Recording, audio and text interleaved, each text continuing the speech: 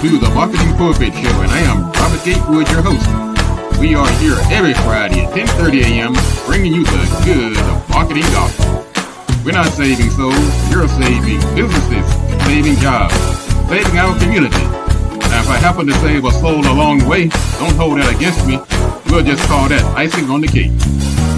Now, the mission at Marketing Pulpit Show is to build strong businesses in our community so that we can put our people to work. And we do that with business development, job creation, and service. So if you ever find yourself at a business crossroads and not sure which way to turn, just turn on the Marketing Pulpit Show because we're on a mission.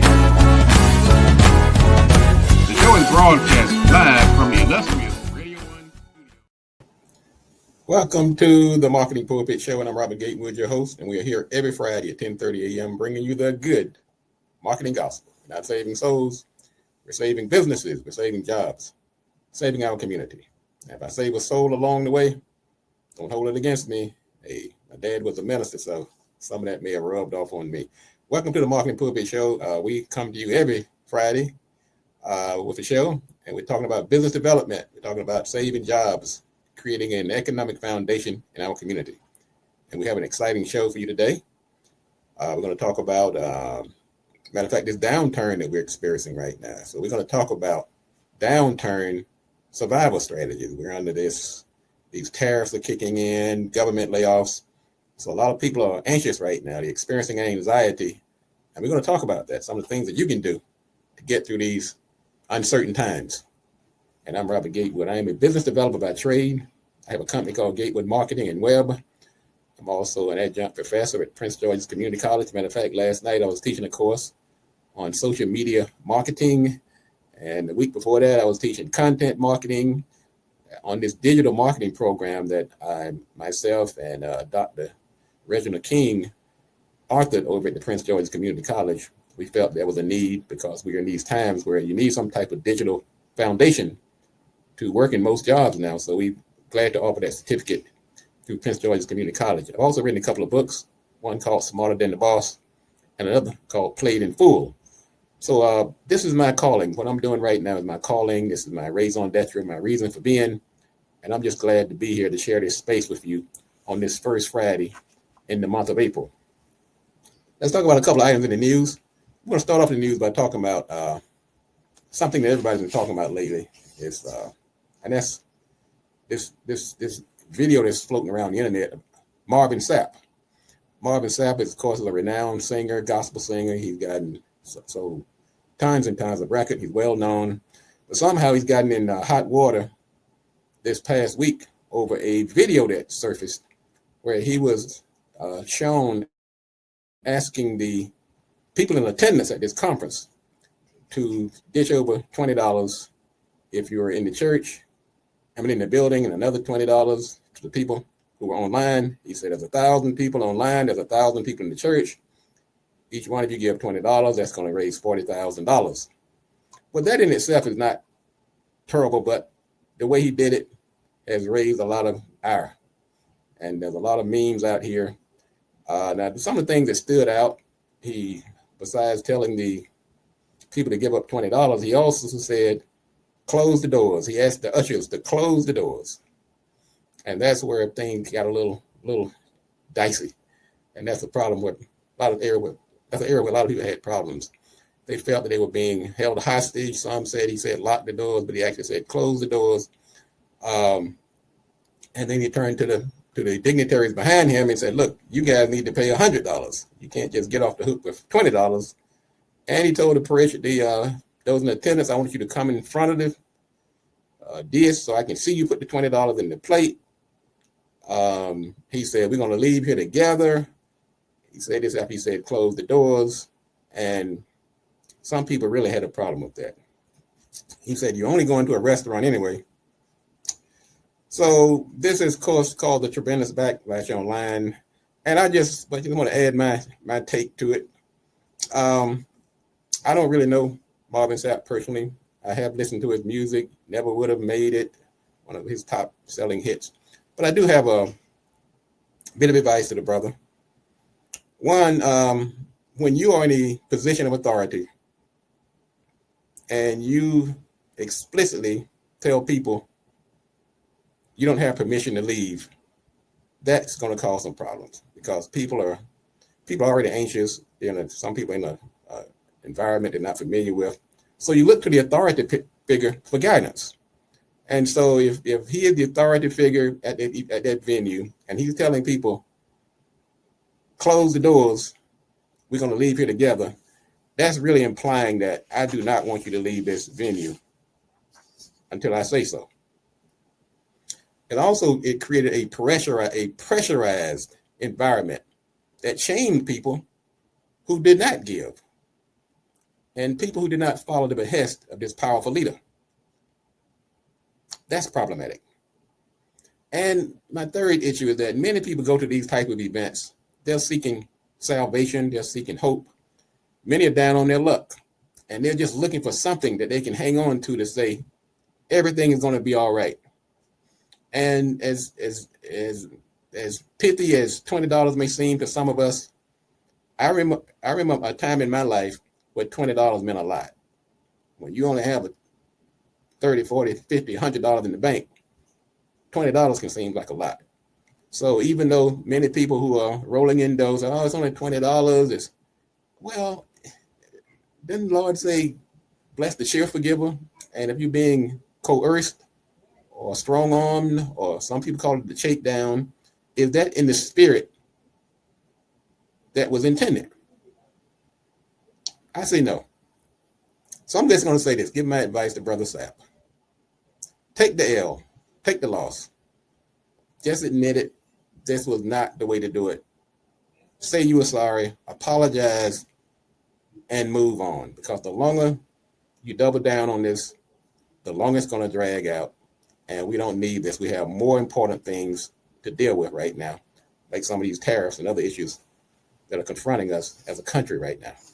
That's my take on that story. Let's see what else we're talking about in the news today. Tariffs. Matter of fact, just found out this morning that China has just will impose a 34% tariff on all U.S. imports starting on April 10th. That's next week.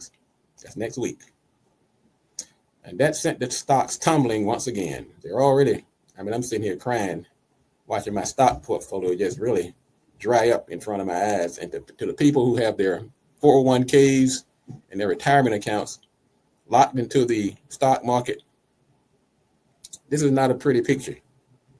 So China is actually retaliating and responding to some sweeping tariff that Trump imposed a couple of days ago, which included a 34% tax on all Chinese goods. And he also put a 20% tax on all the goods out of the European Union. And he had a little chart out there on the lawn of the White House. It's all like he's giving a class. But let me just quickly give you a quick overview on how tariffs work. So in a nutshell, a company, when you have a tariff, a company pays a tariff to bring their product into the United States. So let's just say if it costs you $20,000 to produce a car, you're going to sell that car in the United States. Then if there's a 25% tariff, that 25% is going to equal adding $5,000 to the cost of that car. Now, if you're buying that car, if you're a dealership, you're buying that car, now you have a cost of goods of $25,000 versus $20,000. And so the car dealership or the seller has the option of selling it, absorbing the $5,000. I mean, good luck on that. Or they're going to pass it on to the consumer. And in many cases, that's exactly what happens. So the motivation behind the tariffs, of course, is to get companies to build their products in the United States so that they don't have to incur the tariff. I mean, in a simple world, that makes sense. But nothing is as simple as it seems. First of all, it does not take into consideration the concept of called competitive advantage. So you tell a company to come to the United States to produce their goods, they may have had a competitive advantage from where they were shipping the goods initially. Let's say it was in Asia or somewhere, or in Pakistan or India. And that allows them to make that product for $20,000. They may not have that same ability in the United States due to things like labor costs, regulations, environmental factors, and so forth. So when they move that plant to the United States, by the time they take in consideration the increased cost of labor and other factors, the cost of that car might be back up to $25,000 anyway. And that's going to be passed on to the consumer, whether you have a tariff or not. And that's what causes inflation. So where does that money go? Well, generally, when you do a tariff, the money goes to the government. So the company that buys the products collects the money, then it's taxed, and it goes back to the United States government. And that's how tariffs work in a nutshell. And so it's simplistic. That's an understatement to think that you can just go out and raise all this money just by imposing tariffs nilly-willy on all these countries over the world, because they have the power, and many will reciprocate. And this is going to start a trade war, which never works to anybody's favor. So I say buckle down, and that's going to bring us to our topic for today, which is, what do you do in a downturn? Let's do this. Let's take a quick break. We're going to come back in a minute. We're going to finish our topic on tariffs, downturn, and a few other items before we get out of here. This is the Marketing Pulpit Show. I'm Robert Gatewood, your host, and we are here every Friday at 10:30 a.m. bringing you the good marketing gospel. Don't go anywhere. We'll be back in a moment.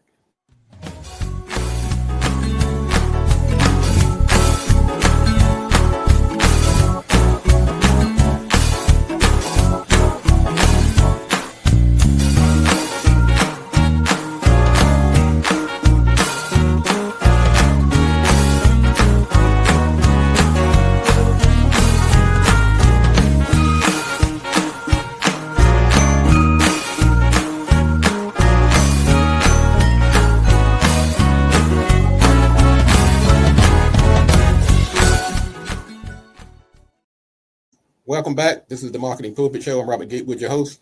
I'm here every Friday at 10:30 a.m. bringing you the good marketing gospel, not saving souls. I'm here to save businesses, save jobs, save our community. And we need it right now more than ever. We're going to be tackling some of these topics. We're going to give ourselves a big old collective boost and help us understand that we can beat this. We've been down this road too many times as a people, as a community, and we're not going to start giving up now either. I want to say good morning to some people. Good morning, attorney Bradley Thomas. He says, I'm out in class today. Do I get a gold star? Brother, you get 5 stars. Thank you for tuning in today. Appreciate your support. I see Brother Gerald Brown, one of the greatest plumbers in town. Thank you, Brother Brown. He's a famous and loyal supporter of the Marketing Pulpit Show. I see Ms. Kirksey. She has a Kirksey catering business, one of the greatest cooks in town. So we have some very nice people, very important people, very talented people tuning in today. We appreciate your support and looking forward to seeing you. Hopefully we'll see some of you over the First Friday networking event. Let's talk about weathering this economic downturn. Now, this can present a significant challenge if you're a small business. So we're going to talk about some things that you can do in the short term and long term to help you weather this storm. Let's talk about financial management to start things off. Start prioritizing cash flow. Now, cash flow is a little different than profit. Cash flow is money that you can put your hand on. Okay? That means start looking at liquid assets versus fixed assets. Money, cash, savings, things that you can liquidate on a short notice. And try to maintain a reserve to cover any unexpected expenses. So you want to take an audit of your expenses to see what things you can reduce, which things you can cut back on, which things you can do more efficiently, and try to negotiate better terms with any of your vendors and suppliers. Look at your revenue streams. If you have any new products, sometimes a new product doesn't mean going out and making a new product. It might mean renaming or tinkering with some of the products and services that you already offer. I do this all the time. I might take a product or a service that I'm already selling and give it a new twist, maybe to reach a different audience. Also look at putting some of these items online, and that'll also help reduce your costs and help you extend your reach and reach a different audience as well. Also look at diversifying your revenue streams. Look at products that might align better with the times that we're in. Let's contextualize. I mean, you look at the news every day, and don't just look at the news just for entertainment. Look at news for opportunities that we can diversify our streams of income and maybe go after markets that we weren't going after before. And look at also, once again, look at online sales opportunities that you might be able to bring in a broader audience and just expand your ability to bring in revenue. Also, let's take this time to strengthen our customer relationships. Use email marketing, social media, and other tools to reach out and let people know that you're still here. You want to nurture those relationships. You want to say hello. You want to acknowledge them, let them know that you're still around and so forth.